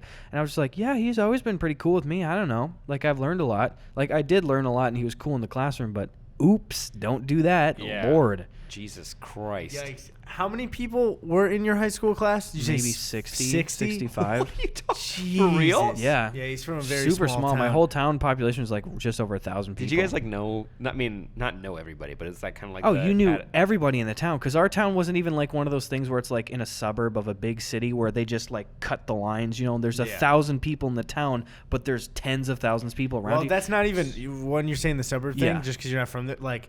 I'm from that suburb. We're Cut the supposed to thing. do that. I'm from that suburb. Cut the thing, and it's 70,000. Not they don't cut it at like Damn, 1,000. dude. 200,000. Well, we're Yeah. from LA, so it's different. But Yeah, let's say, yeah. So like when they cut those suburb lines, guys, it's not like it's the same size as a small town. It's 70 times your small town. Damn. And the lines are cut, and I lived on the border of 3 different towns. Jesus. Like it's literally like here's 1,000 people.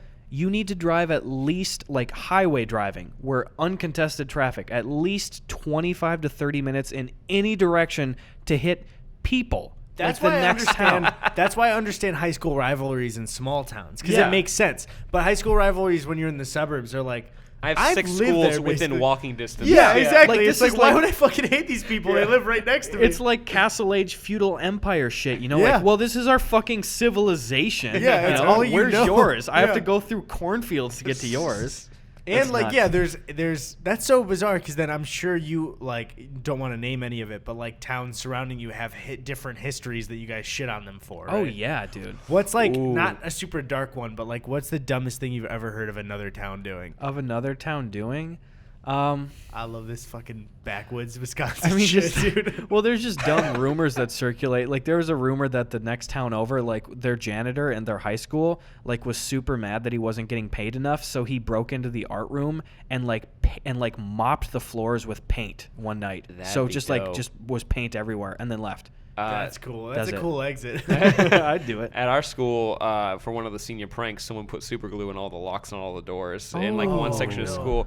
Yeah, that dude, I think he went to prison. That dude didn't end up okay because that way it cost like thousands of dollars in damage because like people could not go to class because of that. He didn't actually go to prison. They hired him at the prison because people keep breaking out. And he's like, what if you super glue the door shut? He runs it now.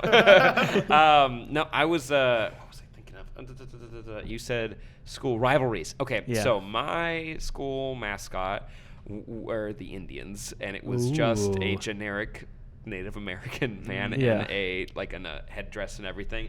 And so I always kind of felt like a little like weird about it. And like when we'd go to like football games or whatever, people would like dress up and do like the whole thing, like face paint, headdresses, and you're like, did they do like tomahawk-y shit too? Oh, that was our cheer. That was like, yeah, you do that, and I'm like, yeah. It's always like a lot of sighs in the audience. You're like, I don't want to rock the boat here, but like it doesn't feel good. But I know that when a bunch of in like the 90s, 80s, when like a bunch of the tribes went forward and were like they took a really hard stance about like not using like Native Americans as mascots, they held up one of our boogie boards from our swim club, and it was like our name of school, big mascot, and we're like, yikes. Like they didn't never changed it, but they really toned down how much they like would do stuff with it. But when it came to rivalries, someone hung our a wooden like Native American we had in our quad. Oh. Yeah, we also had a race riot at one of our schools. Sorry, not at one of our schools, at my school we had that. Yeah, there was a race riot. What constitutes a race riot? Just to describe it, I'm going to be more specific with the race of the people who were fighting. A man, it was like a kid who was Indian. He was antagonizing some students who were black, and then he kept saying like as many slurs as he could. Indian as in from India. From India. Okay, from India. He was antagonizing them, and then they like beat him up because and why? Yeah, and also for some reason this guy actually had friends, and then it became more like Latino like versus people who were black and then people who were white. Like it was just kind of like it just started exploding, and then like there was like helicopters that like circled the school. Like no one ever got like hurt. People did get arrested though. That one, there was a lockdown. That one was crazy. Did they lock him up with super glue, or was it a traditional jail? I'll check it out. Okay, I'll check the Wikipedia. do. Yeah. Traditional jail. Like the new age of prisons is super glue. I grew up in one of those towns that I grew up in a town that like really honored like Western movie stars. So there's a lot of cowboy themed things in my town. Really? Like for a town in Southern California, there's a lot of like cowboy experiences. It's like, do you want to know what it's like to be on a locomotive? It's like, no. Well, too bad. We're doing a school field trip, and you're gonna find out. Damn it. Yeah. Yeah. One thing this is a complete topic change, but when we were talking about movies, I thought of this before, and then I had to pee, so I didn't mention it. Just so you guys know. I'm really loving the recent trend of doing Western movies or entertainment and making it like painfully realistic, like The Revenant or Red Dead has a lot of it too. Mm-hmm. I love that of not kind of glorifying it, but being like, hey, it would really fucking suck to live in this time. You can't bathe. Like, you can't do anything. I really love that there's kind of this new burst of, like, very realistic Western stuff. Revenant's, that's a hard one to watch. Yeah. That's a hard one to rewatch, one, for time's sake, and also, when he's eating out of that bison, That's a bit rough. My big yikes scene in that, which I watched recently because I watched it ramping up for Red Dead, is Tom when Hardy's in that, right? Yeah, Hardy's great. He should have got Best Supporting Actor. Oh, That's without a a fucking doubt. travesty. He's one of my favorite villains because Leo's- you know where he's coming from. Yes, for it. Leo's Best Actor. He did a fine job in the movie. That was such a fucking makeup call. He should have won in 2013 for The Wolf of Wall Street. It was bullshit. He should not have gotten it. He just was a fucking method actor for He's this. still great in The Revenant, was a great though. performance, but it wasn't his Best Picture. best. No.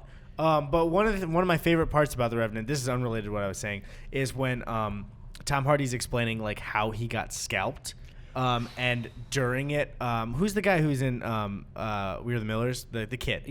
I don't know his name. Redhead kid. Yeah, eyebrows.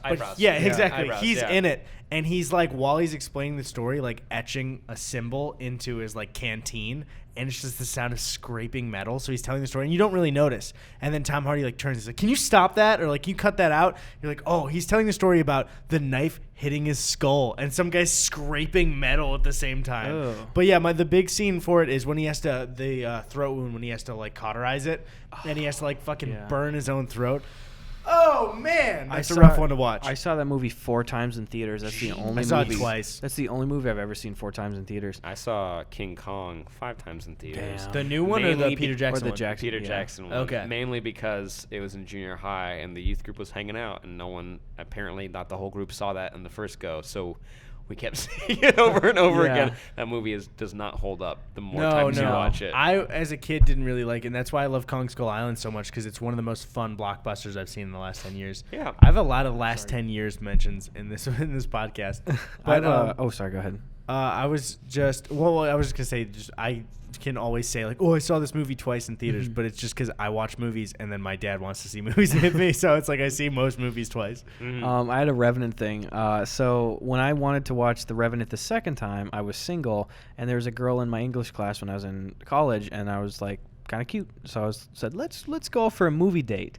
And for a first date, she's like, not to shit on her, but she just was one of those kind of like passive, timid people or whatever. I would say too, if you're not interested in something like The Revenant, it's probably one of the most boring movies you can see. Boring / gruesome as shit. Yeah, again, because there's like a ton of crazy, interesting stuff happens, but it's interesting to me. I could totally see somebody watching The Revenant and being like, "This is not for me at all." Yeah. So me stupidly was like, "Do you want to go see a movie?" Yeah, and I said like, "Dude, can we go watch The Revenant again?" So we went to watch The Revenant. I had not really talked to this girl before. It's kind of just like a cold call date thing, and almost right away in the movie is the bear attack. Yeah. In The Revenant, and if Even you haven't the seen opening it, scene the with, opening scene is insanely gruesome. Yeah. Actually, I think the opening scene, other than the bear scene, has the most like screams of pain and terror. Is the opening scene? It was Which, by the way, I appreciate about the movie, not realism wise, but they really go intense on when somebody hits the water and they're bleeding, like the water or the blood just spreads, and I like it visually. It's really cool. Mm-hmm. Yeah.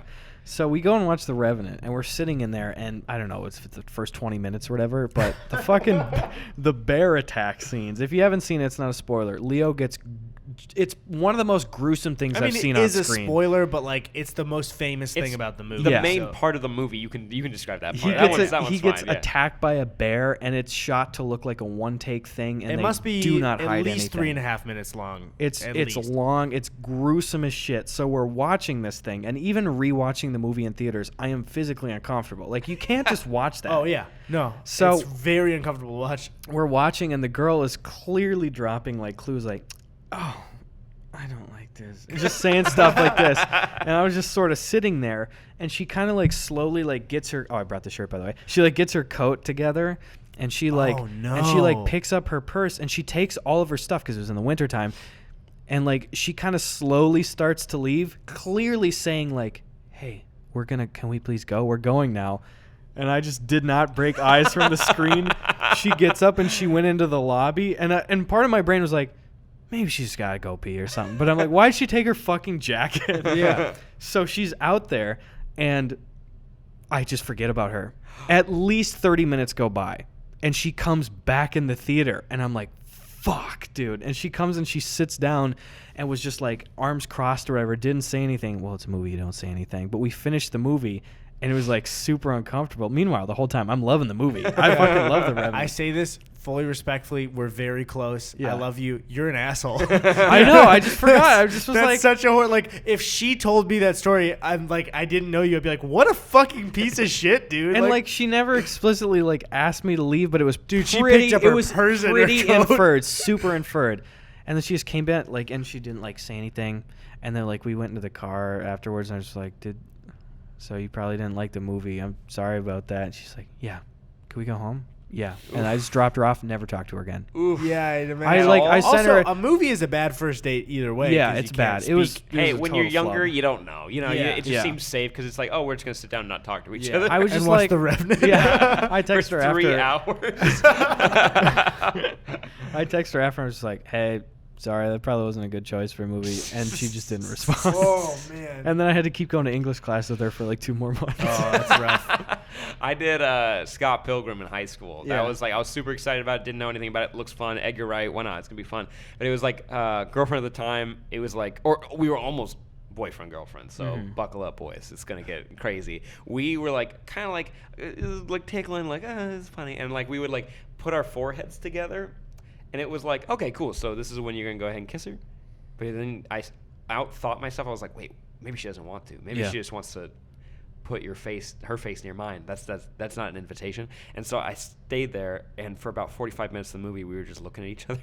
Like Seriously? Yeah, it was super weird. I was like, maybe I should get up and leave. But then she didn't move. And I was like, wait, what's happening? Wait. And so I went for a kiss. And then we went back to watching the movie. And I'm like, oh, wait, good. You went for a kiss and did it reciprocate it? She did. Okay. Yeah, because she was just waiting. I just felt weird about it. But we skipped 45 minutes of the movie because I was too scared to kiss her on the mouth. And we spent that just staring at each other's face or looking down like this. Oh man, I was super awkward when it was like early days dating. I got a little bit cooler because you start like looking around LA and there's actually fun stuff to do besides going to a movie.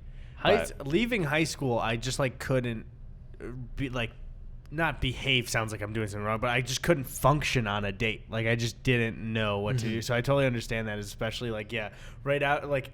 Coming out here, made it way easier of like going on dates with people because when you're in a city, it's like, oh, there's cool shit to do all the time. Yeah. Rather than like, hey, we could, I could pick you up from your parents' house and then we can go see a movie and go back to one of our parents' house.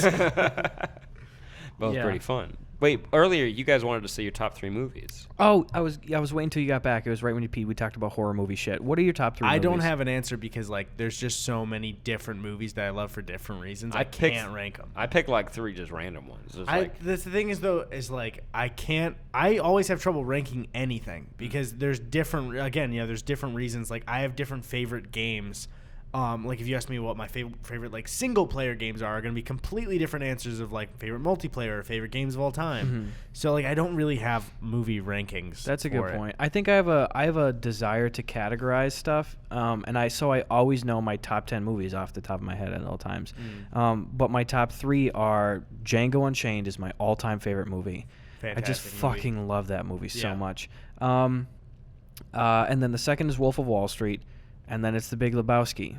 Have you been able to rewatch Wolf of Wall Street? Because I've only seen it once. Many times. Yeah, it's great on the rewatch. Many times. It's amazing, but I felt real dirty after watching it. Really? Yeah. It was like first time you watch porn, you're like, oh, this is a sin. Like you're like, oh, not religious, but I feel like this is bad. Yeah. No, if anything, that's one of the most rewatchable movies I've ever seen, actually. Wow. Yeah. I will say when we rewatched it, I had like a torture in my head. I don't know if you remember this because we rewatched it with Sven, and there was one of the bedroom scenes with Margot Robbie, and I mentioned that when I saw it live, when he hits her in the stomach, that it was one of the most audible gasps I've ever heard in a theater. And then that scene passed, and you were like, I don't think he hits her. And then the scene passed, and he didn't.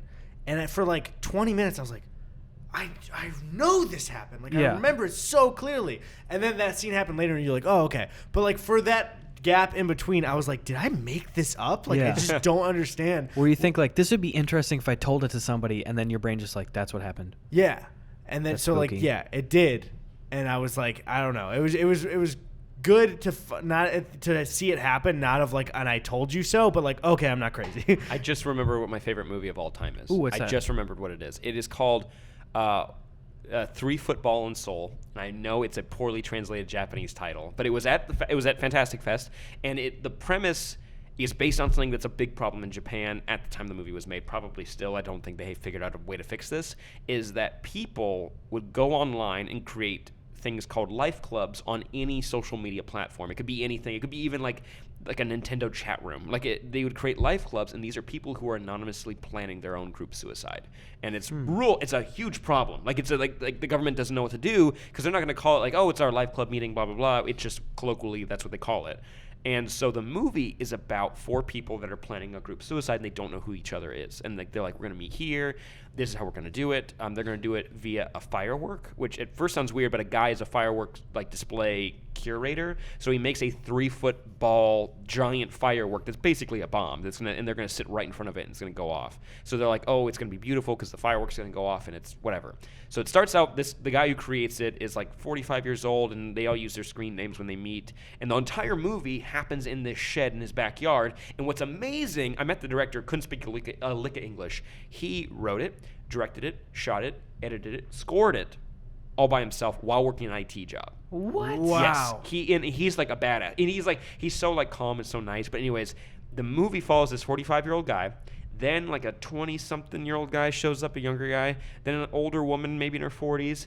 And then a teenage girl. She's like 14, 15 years old. And so they freak out because if this girl dies with them, it could look like they maybe coerced her to be here. Yeah. So they're trying to convince her to not be here, but she sneaks around them because she wants to kill herself for whatever reason. We don't know why they want to each kill themselves. She hits the button, boom, goes off, cut to the guy setting up the bomb again. And he remembers the guy who did it. He remembers what happened. And then it happens again. And he explains like, wait, I know what your name is already. He's like, why do you know my name? We're not supposed to know each other's names. It's like, no, I do. I've done this already.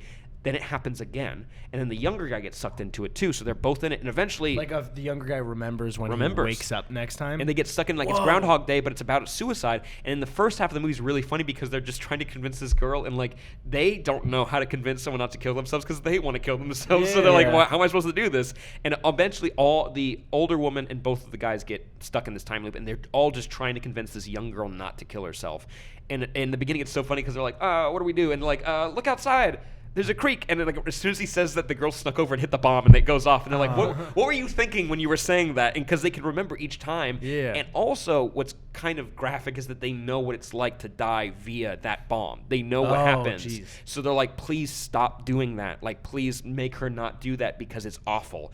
And eventually, they each have to confront why they want to kill themselves because they're trying to talk this girl out of it. And what you find out is every single one of them, I think this guy nailed it. He has every reason why a person would want to kill themselves. From what I understand, it basically covers it. The older guy is embarrassed by his job and he can't provide for his family anymore. So he took out a life insurance policy, and even if he kills himself, they're going to get a crazy amount of money. They're going to be fine, and he's not an embarrassment anymore. Or he's kind of an embarrassment because in what they described is killing yourself is not going to look good, but they're going to financially be fine. She can go to school. So he's like, that's how he's justified it. The younger guy, he's a doctor, and he is so nervous at his job that people don't want him to be their doctor anymore. And so he's basically going to get fired. And there's this scene where he's on the phone talking to his mom, and his mom's like kind of joking, like, haha, we spent so much money on you, just hopefully you're good. And she's trying to be funny, but it's not. And it pulls out, and you see that he's in a tub fully clothed and just sitting in the tub fully he's not doing okay. The older woman was in a car wreck and it killed her young son. And the shot is very graphic.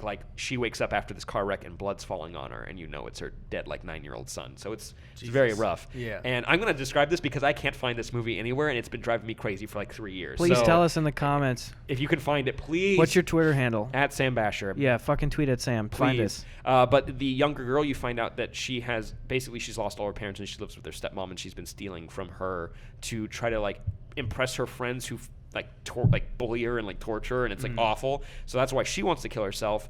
And there's this moment where they all they all criticize each other for why they want to kill each other or kill themselves. But you're like, wait, if you do that, we have to criticize what you're talking about, because it's you're going to abandon your family. Your family paid for your school, and you are actually a helpful part of society. And also, you're not the reason why your son died. You got T-boned. You were fine.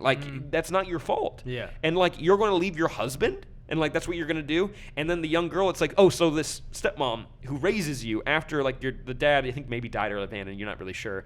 Like, you're going to leave her? Like, that's how you're going to do it? You're going to leave her a note and you're not going to talk to her about this? Like, they all call each other out for it, and they're seriously, like, mean about it. And then they can throw it right back at them. It's so smartly written. Basically, it gets to a point where the girl still hits the button, and then in the last round, you kind of get a hint that maybe the girl knows, and everyone sits down, and it gets to the scene. Let me know if I'm talking too much, by the way. You can go ahead and cut this out. I'm enthralled by the plot of this, yeah. So in the last go of it, everyone walks in, and they don't talk to each other. We need spoiler alerts, though, if you're going to drop the bomb on it. Spoiler alert for the entire movie. Yeah, there you go. But it gets to this scene where the young girl walks in, and she says the same thing because everyone's saying the same thing because it's a time loop. And no one's saying anything. She's like, what's going on?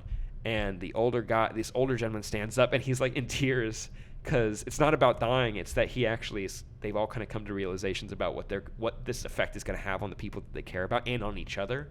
And he's like, I know you don't know who I am, and I know this is going to sound weird, but I'd be devastated if you died. And it's like this, like, whoo. Yeah. And she cries because she's like, you're not going to believe me, but I feel like I've been here before.